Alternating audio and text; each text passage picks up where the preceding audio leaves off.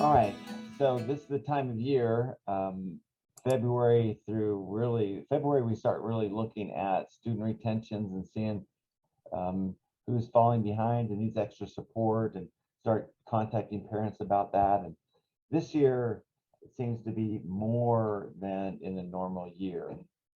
And some parents are getting a little bit worried or anxious or upset, understandably so.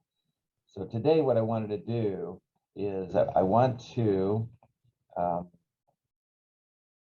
go through student retention, go through the law, and go through some of the supports, go through some of the reasons why a school would retain a student.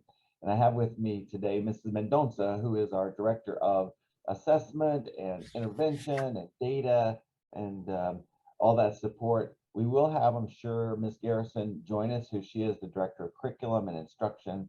So between the three of us, we have a great knowledge and expertise on the support and why someone would need to be retained. So I'll share my screen and we will move forward. All right, Ms. Mendonca, is my screen shared properly? Sometimes that's Yes. a problem. All right, thank you so much. All right, so in the history of education, there's always that question of promotion to the next grade level. Is it growth and achievement, or do we just promote kids to the next grade level because they had a birthday? And that's a real challenge. So there's two separate ways. There's that social promotion, and that's defined by just promoting a student to the next grade level based upon their birthday or their age, even when they haven't learned the material or mastered what has been taught. Proficiency-based promotion is the practice of promoting students to that next grade level when they demonstrated mastery of the material taught. The problem with social promotion, and Beth, I'd love to hear you chime in on this as well, are these three issues. The learning gaps grow. They become more frustrated over time. They develop negative behaviors to compensate for the academic frustration. Ms. Mendonca, you've seen this, yeah, in your 38, 40 years of education? Yeah, 42. Yeah, and I know it's difficult, and we want our students to move on, but as if we keep promoting just based on age or because it's the next grade to go to, the gaps keep getting bigger and bigger. And then the child gets so frustrated in class and they can't keep up with the curriculum that's being taught at that grade level. And that's when they start acting out usually, or sometimes they just shut down altogether. I see that also, the shutdown. Yeah. In seventh grade, eighth grade, it's like, man, I'm out. I can't figure out what's going on. Yeah, and I will say, especially with our liberal arts academy now, and I'm proud of this fact, we hold the scholars to such a high level of expectation. If they're not at a level where they can handle the seventh and eighth grade curriculum and then move on to high school, they're really going to struggle extremely. So Yeah. Then on the other hand is the proficiency-based promotion. I mean, that only makes sense to me that you move to the next level when you've shown proficiency in the previous level. That's the way it is in the university. That's the way it is in life, you know? So here is the law. My friends who I love and adore out there, everybody, it is the law. Arizona Revised Statute Title 15 is the education section of the law. 521 is about teacher duties. It is a teacher's duty, according to law, to make student learning the primary focus of their professional time. Hold pupils into strict, this is not my language, hold pupils to strict account for disorderly conduct. To take and maintain daily classroom attendance. These are all areas that we get audited on, and it's the law. The last one, number 4, it is, according to Arizona law, it is the teacher's authority to make the decision to promote or retain a pupil in a grade level in a common school or elementary school, or to pass or fail a pupil in a course in a high school. Such decisions may be overturned, I'll review that in a minute, as provided in section 15342, paragraph 11, and I'll go over that in a second. It's also the duties of the teacher to comply with the rules and policies of our corporate, the school board of our school. That we have a corporate board that has stewardship over our school, and to do all the duties that is expected as a teacher at Paideia. Now, when student retention, I'd like to call it student retention with supports, because it's not a punishment. It's not we're just leaving them behind, but we give some supports. So the question that frequently comes up during our meetings is, a parent will say, well, we're going to go home and we'll think about it and we'll let you know. That is not how the law works. The law doesn't even work that says we'll check with the principal and we'll see if the principal can override that. It's very clear. The law is very clear. A parent cannot override the teacher's decision. According to the law, I am the executive director of our corporation. Mrs. Mendonca is the director of all the assessment, the data, interventions. She and I do not have the authority to override a teacher's decision. Now at Paideia, I'm glad we have a collaborative environment. We collaborate a lot together. A parent, now here's where a parent, if you do not agree with the decision the teacher and ultimately the school supports to make to retain your scholar, you can appeal to the governing board. I will help you. I will show you the way. I will clear the paths and open the doors for you. But you have to remember and be prepared to overturn a teacher's decision that might be, there she is. There's our Victoria Garrison. Thank you, Miss Garrison. Hi. Sorry, everyone. I'm glad you're here.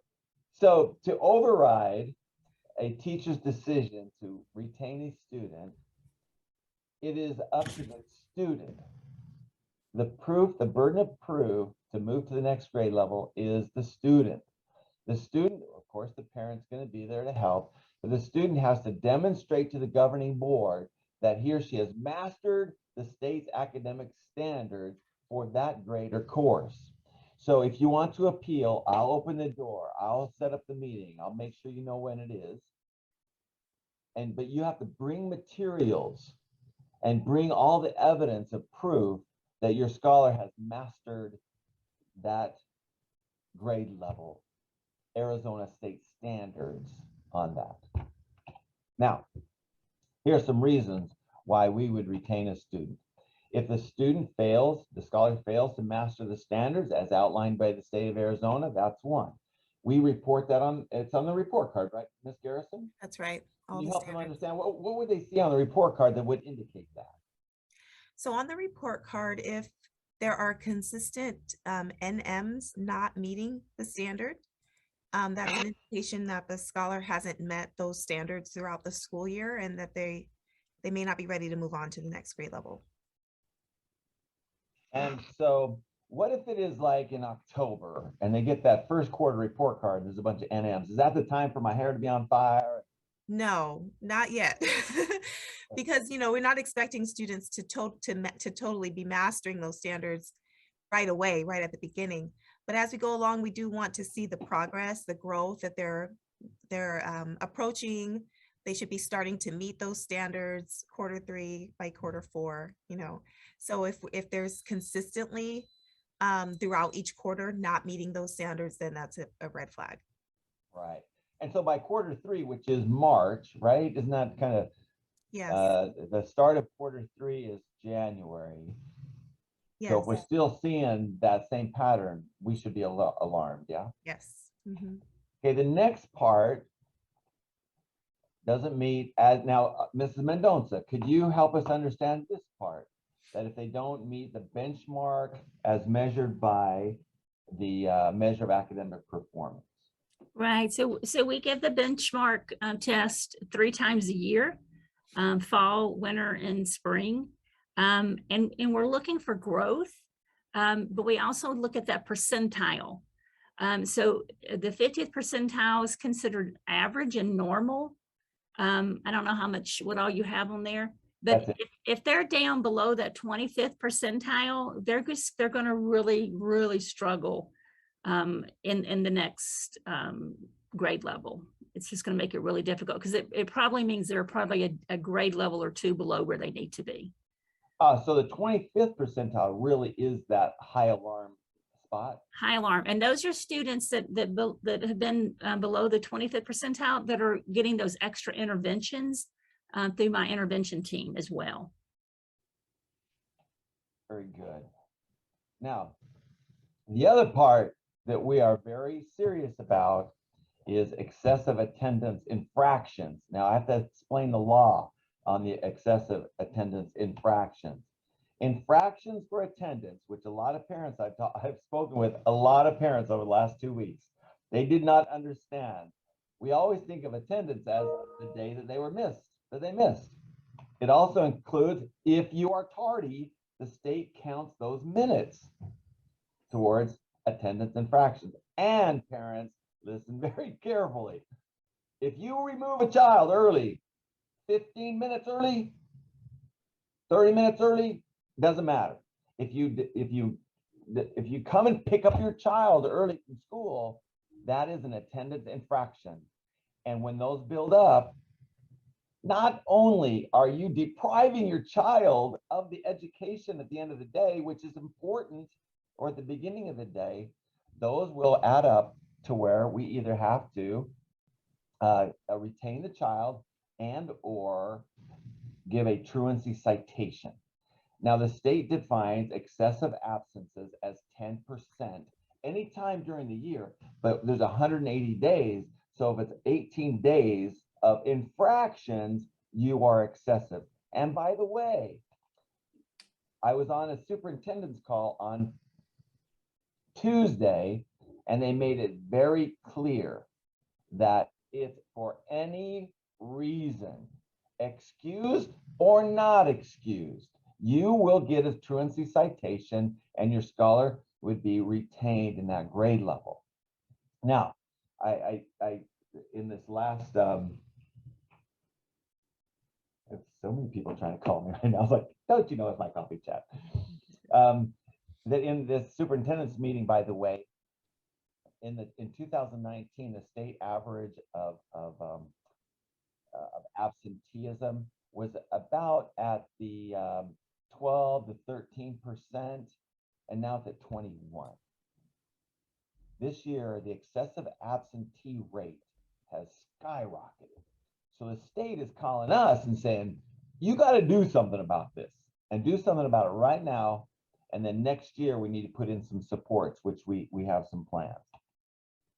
Now, if you're above that, and we have some who are way above that, you are eligible for a truancy citation. That is a ticket that you have to go to court, and your scholar could be retained in that grade level. Now, what are the supports? Actually, what are the benefits? Are there any benefits? There used to be research that said that if you retain a student, you're just preparing them for prison and for dropout. The research now has debunked that and said, look, there was no real cause and effect proven inside that research. So now a Harvard Graduate School of Education did some research in Florida, and they researched a similar law that we have, the move on when reading. And that's 3rd grade. You have to pass the reading test or you can't go to 4th grade, in theory. Right, Ms. Mendonca? Right, yeah. So they looked and saw retention in 3rd grade improved student performance in Florida. The key takeaway that students retained in 3rd grade under their test-based promotion, their version of move on when reading, they experienced some short-term gains in math and reading, and they were less likely in the upper grades to be, they're less likely to be retained again, and they were better prepared when they entered high school. Being retained in the 3rd grade led to students that have fewer remedial courses in high school and also improved their grade point average. They did not follow it into the university system and the college system, but they did through high school. And there was no negative impact on graduation. And that was the big argue about don't retain kids, that they won't graduate. There was no negative impact. The only thing that there was a bit of a delay. The kids who were retained in the third grade, they delayed their graduation by like half a year, a little 0.63 of a year. But being older for the grade, it didn't reduce their probability of graduating or receiving a diploma. So here's some implications for families and educators. Retaining students on reading proficiency can produce these great improvements in academic performance when compared to their grade level peers. It's not a death sentence. It's not a punishment. They become better prepared. But, and this is one reason I'd love for Mrs. Mendonca and Mrs. Garrison to chime in is, hey, what are those additional steps that we need to do to support our scholars who are retained? Because we have a few of them this year. What are some things we can do next year for them? For any student that's retained is going to be on my radar, and I'm going to track their data very closely. Usually when a child is retained, we immediately see an increase like on their benchmark scores because they've already done the grade level. But if I don't see that, then I'm going to make sure we have a CST on that child. Can you tell us what that is? It's a child study team. It's where the teacher gives me all this information on the student, their strengths, their weaknesses, all the interventions that they've used to try to help that student be successful, whether the interventions were successful or not successful. And it just it gives us some information and a guide to help us determine, do we need to do more for the student? Do we maybe need to look at a referral to special education? Do we need to make sure they're getting interventions through our intervention team? So it's just a guide to help us do that. So, and then those students will more than likely automatically be getting intervention through our intervention team if they haven't already. Is there anything in our curriculum and the teaching and curriculum, Mrs. Garrison, that we could do to support these scholars who are being retained, and also to support those who are at risk of being retained? Yeah, typically also another strategy we use when a child is retained, we do place them with, traditionally we'll place them with a different teacher, give them a fresh start, and allow them to, we use small group instruction and teacher-based, classroom-based interventions in addition to the interventions they're getting from Mrs. Mendonca's team. So they'll make sure that they're receiving those extra supports in the classroom as well. So here's some support benefits. And I think Mrs. Mendonca, in our 10 years here, I think we've seen this first one, Ms. Garrison. Yeah. These kids who are retained, it gives them also time to mature, grow in some confidence. Sometimes we think that it's going to defeat their confidence. They make friends with the different children. They have time to work on their weaknesses. They have get better ready, feel positive about coming to school. So some of the things that we just said, I realized that I didn't push the slide fast enough. So as Ms. Garrison said, putting them with the strongest teacher, we can cohort students to offer the differentiated instruction in that classroom. They're used in leader and me leadership roles. And what Mrs. Mendonca referred to as higher dose levels of those data-informed intervention. And these after-school programs, we have an after-school program that is actually, we're not going to call it after-school program. I keep forgetting that. We're going to call our program next year extended day school, so that we can brand that in our minds that this is an extension of the school day. We're going to do some intervention. We're going to continue with academics, enrichment, science and arts and crafts and theater and all that kind of stuff. But it's also can be very highly academic centric to make sure we're catching kids up. Anything you want to add to those, Ms. Garrison, Ms. Mendonca? The only other thing is, to make sure that they're completing all of their exact path and that they're on exact path every day. working on their specific path. Oh, and there it is. Yeah, I didn't know if you were getting to that sooner or later, so I didn't want Do to it, Ms. get ahead. Mendonca, you Yeah. go. No, it's just, and Ms. Garrison is right. Exact path it's you know, we take their scores from their MAP test and I put it into Exact Path, and it creates a learning path that's very specific to that student, and it's working on the gaps that they have. If we have students on the other end of the spectrum that are excelling, it's going to challenge them and give them, you know, things that are a little bit more challenging and help them continue to grow. But it's especially over the summer, they'll still have access to Exact Path. They'll have a new path that'll start probably in June. And they need to be spending time this summer so they don't fall even further behind. I know we've done some webinars on Exact. Have we done a webinar on it? What did we do, Mrs. Mendonca? We did a lesson or something on this, didn't we? Yeah, I think we went through it. Yeah. We might do it again and just do another coffee chat specifically on Exact Path and maybe show the parents their portal and how to check it out. Because in a lot of my conversations with parents over the last 2 weeks, I asked the question, have they been on Exact Path? And the parent will say, well, yeah, I'm not really sure. And not really, not too much. It's like, wait a minute. They've missed a bunch of school and they're not on Exact Path. That's difficult. And I don't know how to help with that one, you know? And just to clarify one thing, Dr. Winsor, if you have students in K1-2, they do Exact Path for math, but they need to be on reading eggs for their phonics and their reading. Say it one more time.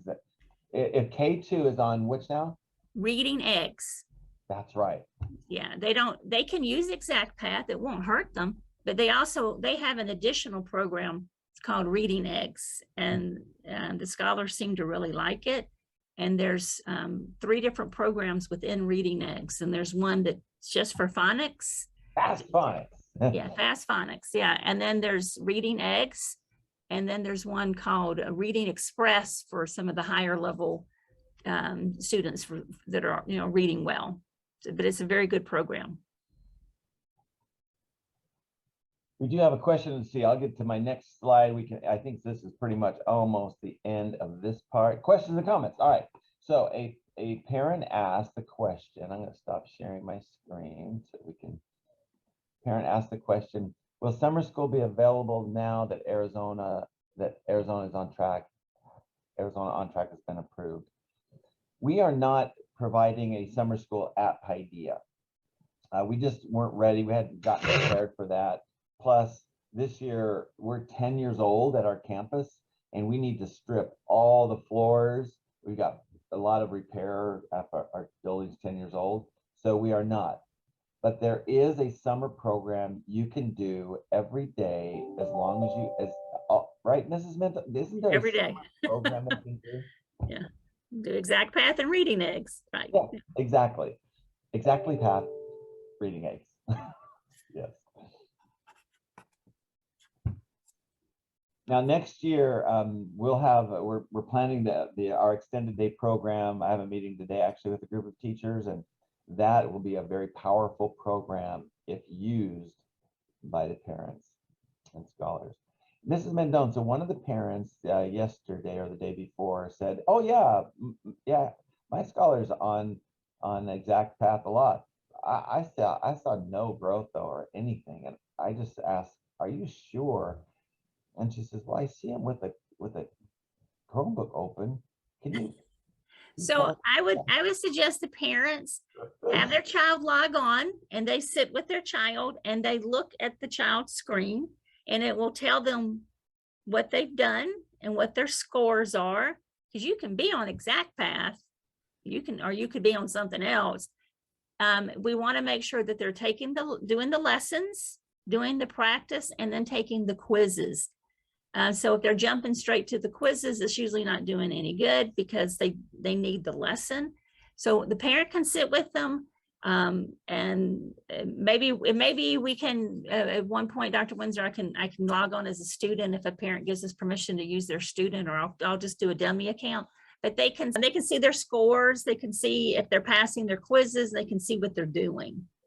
So, Perfect. And because the exact pass costs us money, doesn't it, Mrs. Mendonca? yeah, it's I don't know the exact cost per student, but it's not cheap.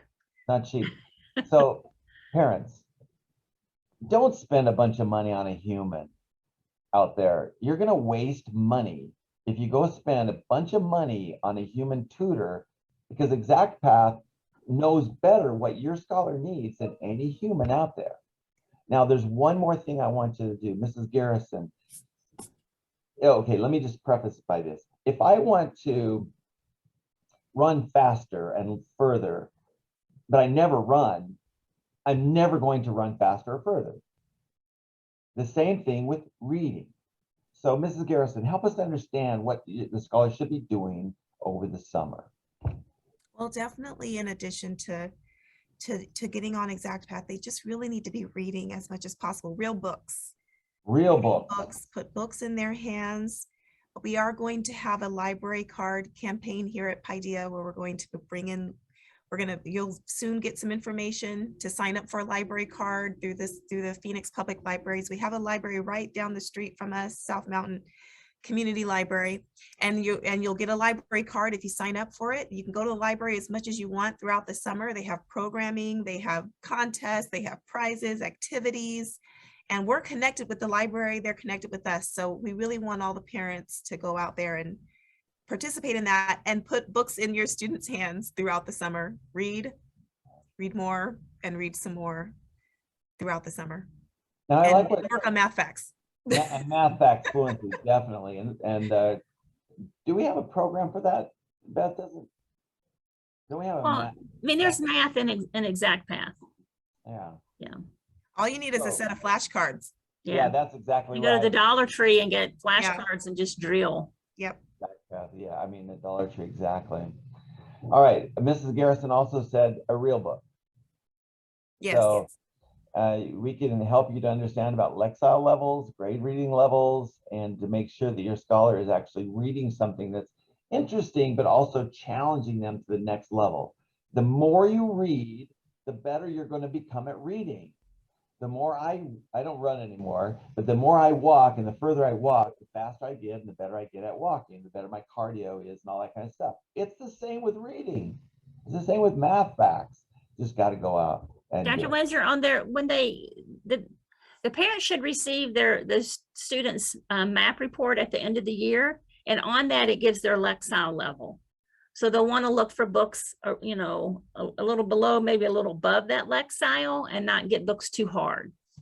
I wonder if we could do a coffee chat at the end, like one of the last Fridays, that we could set up and say, okay, here's what summer should look like. And we can give some of that information. You think that would help? That would have to be like the 20th. Yeah, we do have, we also have the Phoenix librarian joining us, I think on the 13th. Oh, that's right. We do. To talk about the summer programming. That's right. We do. We already have it scheduled. Thank you, Ms. Garrison. On the 13th, we have a coffee chat with the librarian. So very good. All right, parents, any other questions on that? No? All right. So take a breath. Yes, some of your scholars are going to be retained this year. It's not a punishment. It's done with love and compassion, and we'll support them as we go. All right. We'll see you next week for, I don't know, something else. Thanks, Victoria. Thanks, Beth. Bye. Bye-bye.